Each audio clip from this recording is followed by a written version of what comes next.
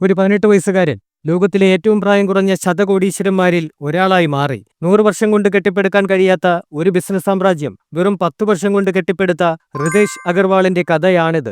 ബിസിനസ്സിലേക്ക് ഇറങ്ങാൻ ആഗ്രഹിക്കുന്ന ഏതൊരാൾക്കും പ്രചോദനമാകുന്ന ഈ യുവാവിന്റെ കഥയറിയാൻ ഫുൾ വീഡിയോ കാണൂ. ഒഡീഷയിലെ ഒരു ചെറിയ ഗ്രാമമായ ബിസംഗഡിലാണ് റിതേഷ് ജനിച്ചത്. സാമ്പത്തികമായി പിന്നോട്ട് നിന്നിരുന്ന ഒരിടത്തരം കുടുംബത്തിൽ 4 മക്കളിൽ ഏറ്റവും ഇളയവനായിരുന്നു അദ്ദേഹം. അച്ഛന് ഒരു ചെറിയ പലചരക്ക് കടയായിരുന്നു വരുമാനമാർഗം. ചെറുപ്പം മുതലേ റിതേഷിന് പഠനത്തിൽ വലിയ താല്പര്യം ഉണ്ടായിരുന്നു, പ്രത്യേകിച്ച് കമ്പ്യൂട്ടറുകളോട്. 4ാം ക്ലാസ്സിൽ പഠിക്കുമ്പോൾ റിതേഷിന്റെ സ്കൂളിൽ ആദ്യമായി ഒരു കമ്പ്യൂട്ടർ എത്തി. പക്ഷെ 6ാം ക്ലാസ്സിൽ താഴെയുള്ള കുട്ടികൾക്ക് അത് ഉപയോഗിക്കാൻ അനുവാദമില്ലായിരുന്നു. ഇത് റിതേഷിന് വലിയ വിഷമമുണ്ടാക്കി. പക്ഷെ അദ്ദേഹം പിന്തിരിഞ്ഞില്ല. അധ്യാപകരുടെ അടുത്ത് പോയി അവരുടെ ജോലികളിൽ സഹായിക്കാമെന്നും അതിനു പകരമായി കമ്പ്യൂട്ടർ പഠിക്കാൻ അനുവദിക്കണമെന്നും അഭ്യർത്ഥിച്ചു. അദ്ദേഹത്തിന്റെ ആഗ്രഹം കണ്ട അധ്യാപകർ അതിന് സമ്മതിച്ചു. അങ്ങനെ 4ാം ക്ലാസ്സിൽ വെച്ച് തന്നെ അദ്ദേഹം കമ്പ്യൂട്ടർ പഠിക്കാൻ തുടങ്ങി. വളരെ വേഗത്തിൽ തന്നെ ബേസിക് പ്രോഗ്രാമിംഗ് പഠിച്ചെടുത്തു.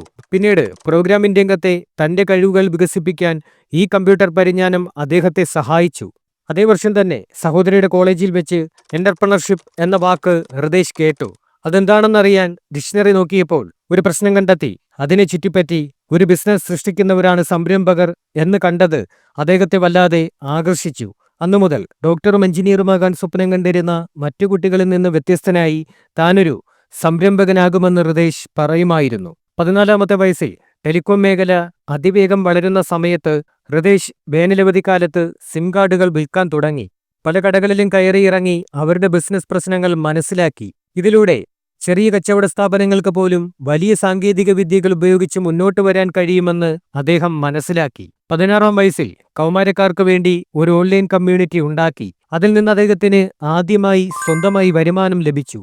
ഈ ചെറിയ വിജയങ്ങൾ അദ്ദേഹത്തിന് കൂടുതൽ ആത്മവിശ്വാസം നൽകി.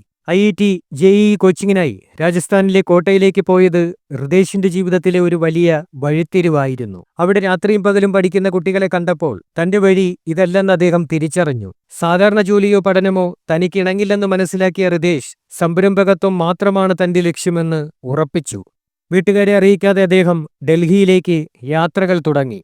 അവിടെ സംരംഭകരുമായി കൂടിക്കാഴ്ച നടത്തി. പണം കുറവായതുകൊണ്ട് യാത്ര ചെയ്യാൻ അദ്ദേഹം ഹോട്ടലുകൾക്ക് ഇമെയിൽ അയച്ചു. ഹോട്ടൽ വ്യവസായത്തിലെ ഒരു വലിയ പ്രശ്നം പരിഹരിക്കാൻ പോവുകയാണ് എന്നും നല്ല സേവനം നൽകുന്ന ഹോട്ടലുകളുമായി സഹകരിക്കാൻ താൽപ്പര്യമുണ്ടെന്നും അറിയിച്ചു. പലരും അത് നിരസിച്ചെങ്കിലും ചില ഹോട്ടലുകൾ സൗജന്യമായും കുറഞ്ഞ നിരക്കിലും മുറികൾ നൽകി. അങ്ങനെ വളരെ കുറഞ്ഞ പണത്തിൽ അദ്ദേഹം 100-ലധികം സ്ഥലങ്ങളിൽ യാത്ര ചെയ്യുകയും 200 ഹോട്ടൽ മുറികളിൽ താമസിക്കുകയും ചെയ്തു. ഈ യാത്രകളാണ് ഹോട്ടൽ വ്യവസായത്തിന്റെ യഥാർത്ഥ പ്രശ്നങ്ങൾ മനസ്സിലാക്കാൻ അദ്ദേഹത്തെ സഹായിച്ചത്. ഡൽഹിയിൽ വെച്ച് പല വീടുകളിലും ഒഴിഞ്ഞുകിടക്കുന്ന മുറികൾ റിതേഷ് ശ്രദ്ധിച്ചു. ഇവ യാത്രക്കാർക്ക് കുറഞ്ഞ ചിലവിൽ വാടകയ്ക്ക് നൽകാൻ സാധിക്കുമെന്നും ഇത് വീട്ടുടമകൾക്ക് വരുമാനം നേടാനുള്ള ഒരു വഴിയാകുമെന്നും അദ്ദേഹം മനസ്സിലാക്കി. ഈ ആശയം മനസ്സിൽ വെച്ചുകൊണ്ട് വീട്ടുടമസ്ഥർക്ക് മുറികൾ ലിസ്റ്റ് ചെയ്യാനും യാത്രക്കാർക്ക് ബുക്ക് ചെയ്യാനും കഴിയുന്ന ഒരു വെബ്സൈറ്റ് ഉണ്ടാക്കാൻ അദ്ദേഹം തീരുമാനിച്ചു. അങ്ങനെ ഓറാബെൽ എന്ന ഒരു സ്റ്റാർട്ടപ്പ് അദ്ദേഹം തുടങ്ങി. ഓറാബെൽ ആരംഭിച്ചതിന് ശേഷം കോളേജ് പഠനം തുടരണോ അതോ സ്റ്റാർട്ടപ്പ് ചെയ്യണമോ എന്ന കാര്യത്തിൽ റിതേഷിന് ആശയക്കുഴപ്പമുണ്ടായി. മാർക്ക് സക്കർബർഗ് കോളേജ് വിട്ടതിന് ശേഷമുള്ള സോഷ്യൽ നെറ്റ്വർക്ക് എന്ന സിനിമ അദ്ദേഹത്തെ പ്രചോദിപ്പിച്ചു. അതിൽ നിന്ന് പ്രചോദനം ഉൾക്കൊണ്ട അദ്ദേഹം പ്രമുഖ നിക്ഷേപകനായ പീറ്റർ തീലിന്റെ ഫെലോഷിപ്പിന് അപേക്ഷിച്ചു. ഈ ഫെലോഷിപ്പിന്റെ 2 പ്രധാന നിബന്ധനകൾ റിതേഷിനെ വല്ലാതെ ആകർഷിച്ചു. അപേക്ഷകന്റെ പ്രായം 20 വയസ്സിൽ താഴെയായിരിക്കണം. പഠനം ഉപേക്ഷിക്കാൻ തയ്യാറാവുകയും വേണം. പഠനം ഉപേക്ഷിച്ചാൽ പണം കിട്ടുമെങ്കിൽ ഇതിലും നല്ല അവസരം വേറെയില്ലെന്ന് അദ്ദേഹം ചിന്തിച്ചു. അങ്ങനെ അദ്ദേഹം കോളേജ് പഠനം ഉപേക്ഷിച്ചു. ഈ തീരുമാനമാണ് അദ്ദേഹത്തെ തീൽ ഫെലോഷിപ്പിന് തെരഞ്ഞെടുക്കപ്പെട്ട ആദ്യത്തെ ഏഷ്യക്കാരനാക്കി മാറ്റിയത്. അദ്ദേഹത്തിന്റെ അക്കൗണ്ടിൽ 50 ലക്ഷത്തിലധികം രൂപയെത്തി. ഈ പണം ഉപയോഗിച്ച് അദ്ദേഹം തന്റെ സ്വപ്ന പദ്ധതികൾക്ക് തുടക്കമിട്ടു. കുറച്ചു മാസങ്ങൾക്ക് ശേഷം റിതേഷിന്റെ അച്ഛൻ മകന്റെ പഠനം എങ്ങനെ പോകുന്നുവെന്ന് കാണാൻ ഡൽഹിയിലെത്തി. എന്നാൽ മകൻ പഠിക്കാൻ പോകുന്നതിന് പകരം ഈ കാര്യങ്ങളിൽ മുഴുകിയിരിക്കുന്നത് കണ്ട് അദ്ദേഹം ഞെട്ടി. 1 വർഷം സ്റ്റാർട്ടപ്പ് ചെയ്യാൻ അനുവദിക്കാമെങ്കിൽ അത് പരാജയപ്പെട്ടാൽ അടുത്ത വർഷം കോളേജിൽ പോകുമെന്ന് റിതേഷ് പറഞ്ഞപ്പോൾ വീട്ടുകാർ അതിന് സമ്മതിച്ചു. അങ്ങനെ അദ്ദേഹത്തിന് തന്റെ മുഴുവൻ സമയവും സ്റ്റാർട്ടപ്പിനായി നീക്കിവെക്കാൻ കഴിഞ്ഞു. യാത്രക്കിടെ മോശം ഹോട്ടൽ മുറികളും വൃത്തിയില്ലാത്ത സാഹചര്യങ്ങളും റിതേഷിനെ അലോസരപ്പെടുത്തിയിരുന്നു. താജ്, ഒബറോയ്, ഹിൽട്ടൺ തുടങ്ങിയ വലിയ ഹോട്ടലുകൾക്ക് ഉയർന്ന നിലവാരമുണ്ട്. പക്ഷെ അവിടെ സമ്പന്നർക്ക് മാത്രമേ തങ്ങാൻ കഴിയൂ. ഇന്ത്യയിലെ 90% ഹോട്ടലുകളും 100-ൽ താഴെ മുറികളുള്ള ചെറിയ ഹോട്ടലുകളാണ്. അവ സാധാരണക്കാർക്ക് താങ്ങാൻ സാധിക്കുന്നവയാണ്. പക്ഷെ പല ഹോട്ടലുകളിലും സേവനം വളരെ മോശമായിരുന്നു. പുതിയ ഹോട്ടലുകൾ നിർമ്മിക്കുന്നതിന് പകരം ഈ ആയിരക്കണക്കിന് നഷ്ടത്തിലുള്ള ഹോട്ടലുകളെ ഒരു ബ്രാൻഡ് നാമത്തിൽ കൊണ്ടുവന്ന് നല്ല അനുഭവം നൽകിയാൽ എങ്ങനെയുണ്ടാകുമെന്ന് അദ്ദേഹം ചിന്തിച്ചു.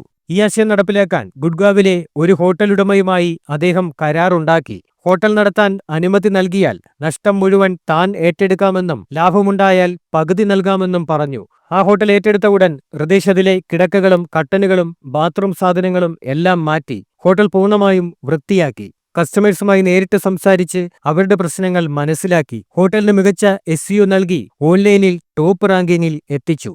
വളരെ പെട്ടെന്ന് തന്നെ ഹോട്ടലിന്റെ കസ്റ്റമേഴ്സിന്റെ എണ്ണം 90% വർദ്ധിച്ചു.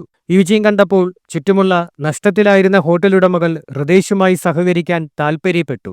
അങ്ങനെ നിലവിലുള്ള ആയിരക്കണക്കിന് ഹോട്ടലുകളെ ഒരു കുടക്കീഴിൽ കൊണ്ടുവന്ന് ഓയോ എന്ന ബ്രാൻഡിൽ മികച്ച നിലവാരം നൽകാൻ അദ്ദേഹം തീരുമാനിച്ചു. ഹൃദേശിന് തന്റെ ബിസിനസ് വികസിപ്പിക്കാൻ കഴിവുള്ള ആളുകളെ ആവശ്യമുണ്ടെന്ന് മനസ്സിലായി. ഹാർഡ്വാർഡ് യൂണിവേഴ്സിറ്റിയിൽ നിന്ന് ബിരുദം നേടിയ അഭിനവ് സിൻഹ അദ്ദേഹത്തിന്റെ ടീമിൽ ചേർന്നു.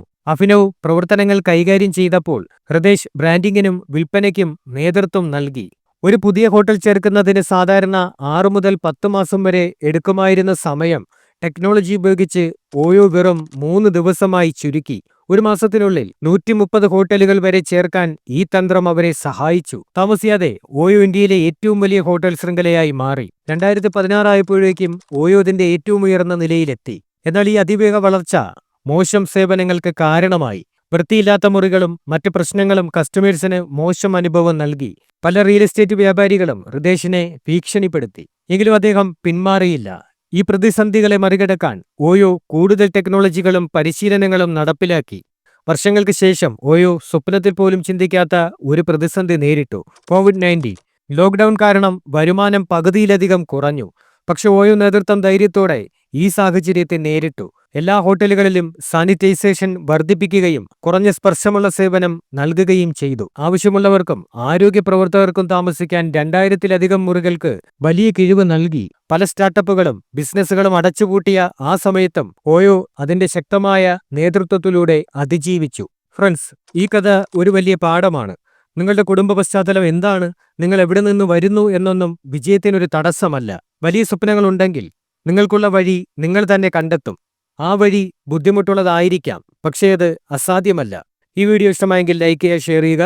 ഇതുപോലുള്ള വീഡിയോകൾ കാണുന്നതിന് വേണ്ടി ചാനൽ സബ്സ്ക്രൈബ് ചെയ്യുക. ഒപ്പം ബെല്ലൈക്കൺ അമർത്തി ഓൾ എന്ന ഓപ്ഷൻ സെലക്ട് ചെയ്യുകയും വേണം. അടുത്ത വീഡിയോ കണ്ടുകിട്ടുന്നവരെ ഗുഡ് ബൈ. ജയ് ഹിന്ദ്.